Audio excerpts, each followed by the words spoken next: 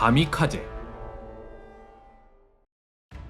미드웨이 해전에서 미국이 대승을 거두자 전세는 순식간에 역전돼 버렸고 미국은 일본의 식민지를 하나씩 수복해 나갑니다. 미국은 결국 일본의 해상 수송로를 완전히 차단해 석유 등 주요 물자를 보급할 수 없게 만들어 버립니다. 사실상 이때 이미 게임은 끝난 상황이었죠. 그런데 일본은 아직까지도 항복할 생각을 하질 않았습니다. 오히려 궁지에 몰릴수록 더 처절하게 싸웠는데요. 일본 군부는 국가를 장악하기 위해 국민들이 천황 히로히토를 신의 아들이라고 믿게 만들었습니다. 일본인들은 천황의 뜻을 곧 신의 뜻이라 여겼기에 신을 위해서라면 죽음조차 마다하지 않았는데요. 그야말로 전 국민이 광신도가 되어버린 거였죠. 일본군의 상황은 처참했습니다. 비행기도 없고 석유도 얼마 없고 숙련된 조종사는 더더욱 부족했죠. 초보 조종사를 훈련시킬 시간조차 없는 이 상황에 일본군 조종사들이 할 수 있는 일은 얼마 없었습니다. 그래서 일본군 사령부에선 이들에게 비행기를 몰고 배로 돌진하는 법을 가르쳤는데요. 스스로가 폭탄이 돼서 폭격을 가하는, 다시 말해 특공대를 만든 거였죠.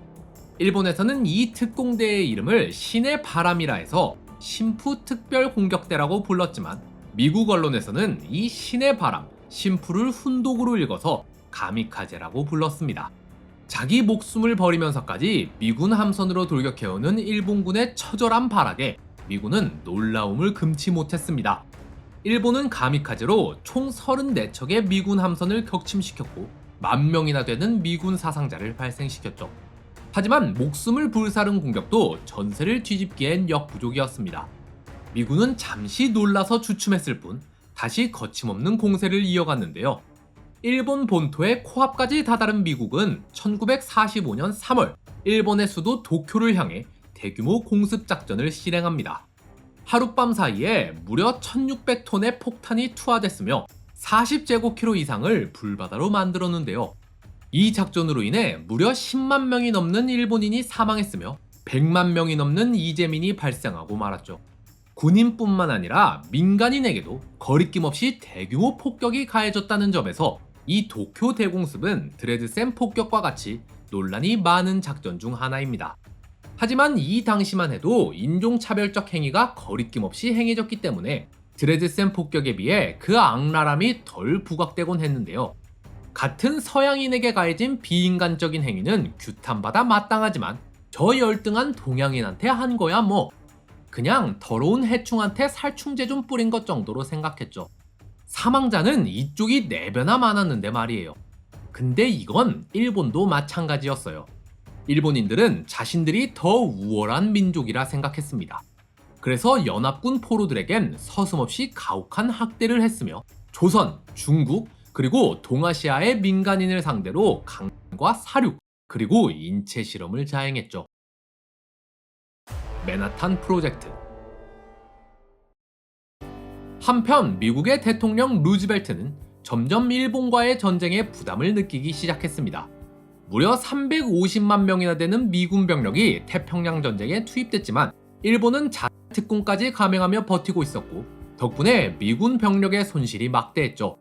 루즈벨트는 소련을 끌어들이려 했습니다. 이미 독일과의 전쟁에선 승기를 잡았으니 소련이 일본 쪽으로도 진출해준다면 일본의 항복을 조금이라도 앞당길 수 있겠죠. 하지만 소련의 반응은 미적지근했습니다. 미군만으로 전투를 이어가기 위해선 2가지 방법 중 하나를 택해야 했습니다. 첫 번째 방법은 지금 하던 대로 도시 폭격 작전과 해상 봉쇄를 이어가는 거였는데요. 이렇게 하면 미군의 인명 손실을 줄일 수는 있겠지만 문제는 일본이 항복할 때까지 시간이 얼마나 걸릴지를 모른다는 겁니다. 다른 방법은 일본 본토에 상륙작전을 감행하는 겁니다. 작전명 몰락작전.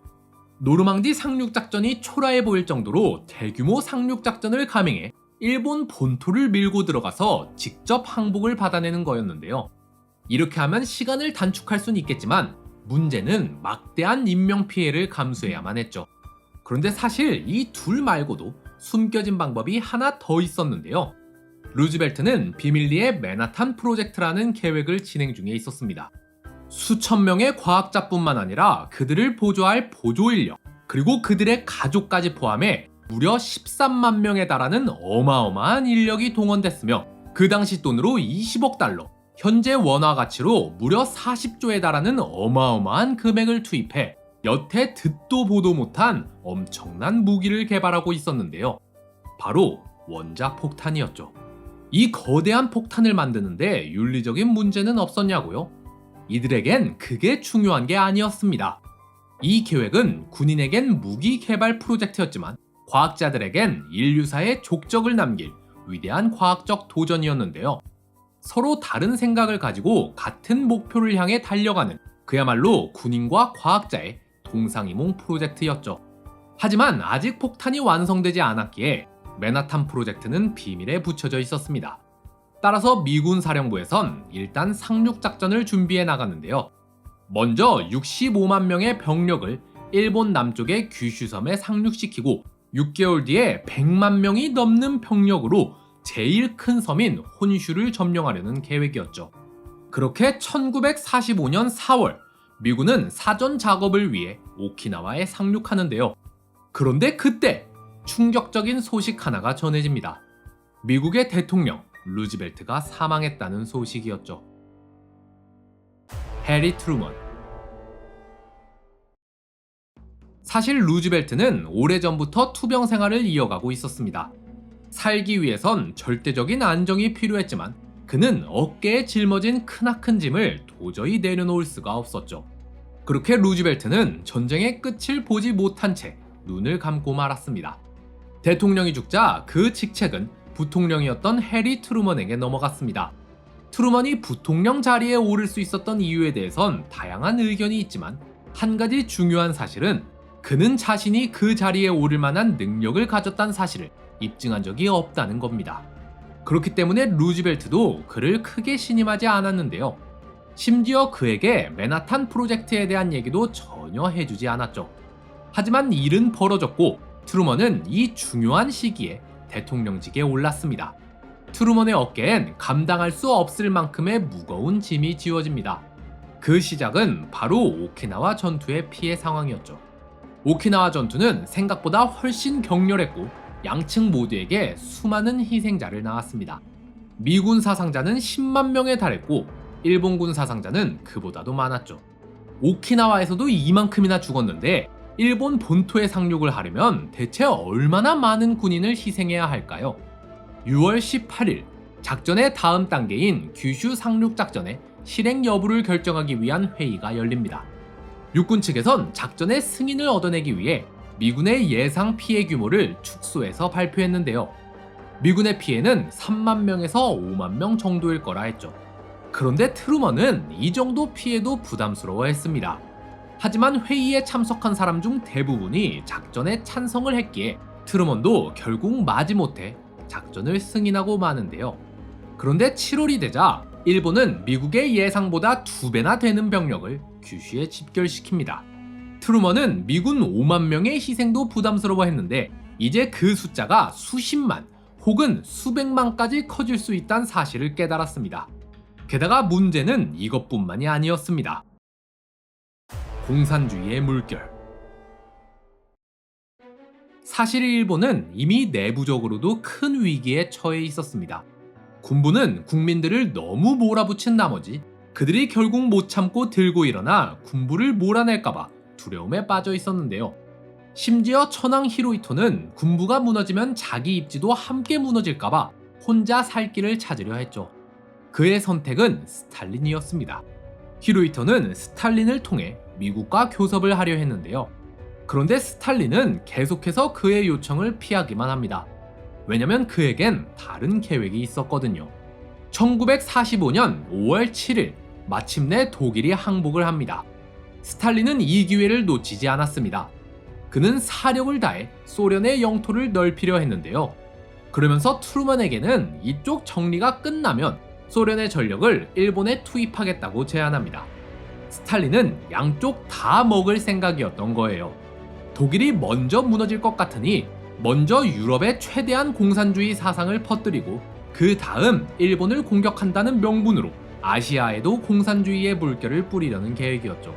트루먼은 다시 한번 중대한 선택의 기로에 놓입니다.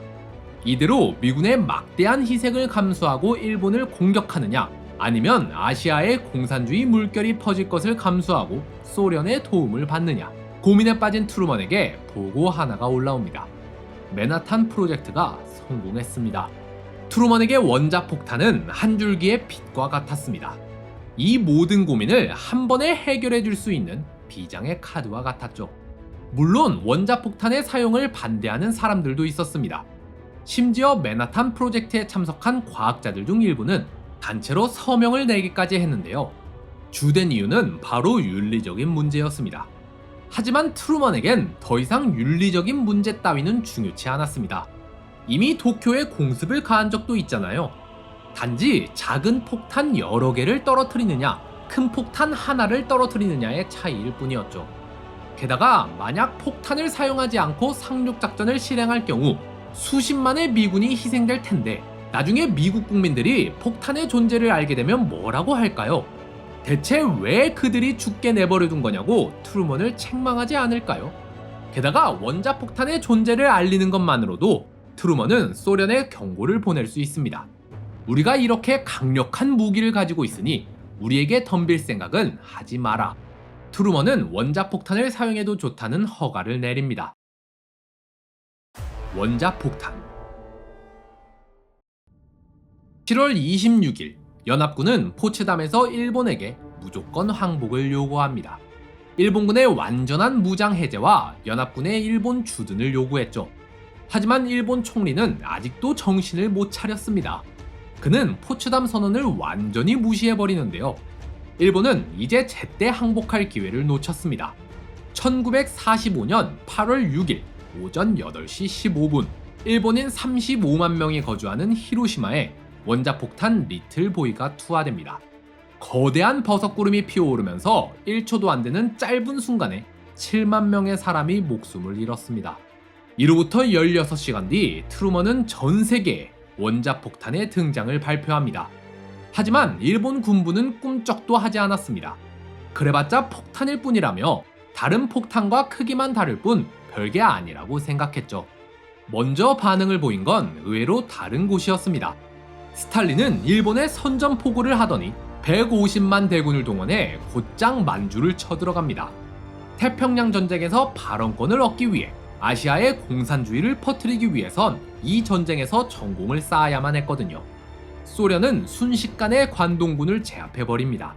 1945년 8월 9일 오전 11시 1분, 미국은 두 번째 원자폭탄인 펜맨을 나가사키에 투하합니다. 이번에도 순식간에 7만 명의 사람이 죽거나 죽기 직전의 상태가 되어버렸는데요. 이제 일본 내에도 항복을 받아들이자는 의견이 득세했지만 군부는 죽어도 항복은 안 된다며 버티고 나섰습니다. 군부를 설득하는 데 실패한 스즈키 총리는 천황 히로히토에게 성명을 발표해달라고 요청합니다. 8월 15일 정오, 히로히토는 직접 라디오 방송을 통해 국민들에게 연설을 합니다. 일본이 항복할 때라는 거였죠. 하지만 일본 군부의 해외 사령관 3명 중 2명이 항복 명령을 거부합니다. 히로히토는 반란을 막기 위해 다시 한번 연설을 했는데요. 군부에는 원자폭탄보다 소련의 침공이 더 위협적일 거라 생각해 이번엔 이쪽에 무게를 실었죠. 그렇게 일본은 무조건 항복을 받아들였습니다. 일본은 완전히 무장을 해제했고 이때부터 6년간 연합군은 일본에 주둔했죠. 미국은 원폭 상해조사위원회를 구성해 원자폭탄의 영향을 조사했습니다. 폭탄으로 인해 심각한 상처를 입은 일본인들을 불러와 검사를 했죠. 치료가 아니라 검사 말이에요. 이들은 어떠한 치료도 받지 못했습니다. 그냥 실험실 쥐처럼 다뤄졌죠. 시간이 흐르며 방사능피폭의 치명적인 영향들이 드러나기 시작합니다. 이제서야 비로소 대중들은 원자폭탄의 윤리적 문제에 대해 관심을 갖기 시작했는데요. 원자폭탄은 수많은 일본인의 목숨을 앗아갔습니다. 그것도 민간인을 말이에요. 하지만 이 폭탄으로 인해 미국은 수많은 미군의 희생을 막을 수 있었습니다. 인류 역사상 가장 흉악한 전쟁도 막을 내렸죠. 미국은 도쿄 공습과 오키나와 상륙작전, 그리고 원자폭탄 투하로 인해 수십만의 일본 민간인을 죽였습니다. 하지만 일본은 난징 대학살 하나만으로 이보다 많은 민간인을 죽였으며 1945년에는 매일 1만 명 이상의 민간인을 죽여나갔습니다. 일본이 일으킨 태평양 전쟁으로 인해 무려 2,500만 명의 사람이 죽고 말았죠. 하지만 미국은 일본이 대가를 치르게 하는 대신에 일본을 강력한 우방국으로 포섭하기로 합니다. 왜냐면 얼마 안 있어 미국의 새로운 적, 소련과 공산주의가 등장했기 때문인데요. 미국은 소련을 견제하기 위해 아시아에 강력한 군사기지가 필요했습니다. 바로 일본이 그 역할을 수행하기에 제격이었죠. 그렇게 2차 세계대전은 막을 내렸지만 아직까지도 원자폭탄과 일본에 대한 처우는 많은 논란을 불러일으키고 있습니다. 이 시리즈는 넷플릭스 오리지널 다큐멘터리 10대 사건으로 보는 제2차 세계대전과 컬러로 보는 2차 세계대전, 승리를 향한 여정을 통해 2차 세계대전에 대해 알아보기 위해 만들었습니다. 더 자세한 내용과 세계 석학들의 통찰력 있는 해설, 그리고 긴박감 넘치는 스토리를 원하시는 분들은 넷플릭스에서 이 두 시리즈를 직접 시청해 주시기 바랍니다.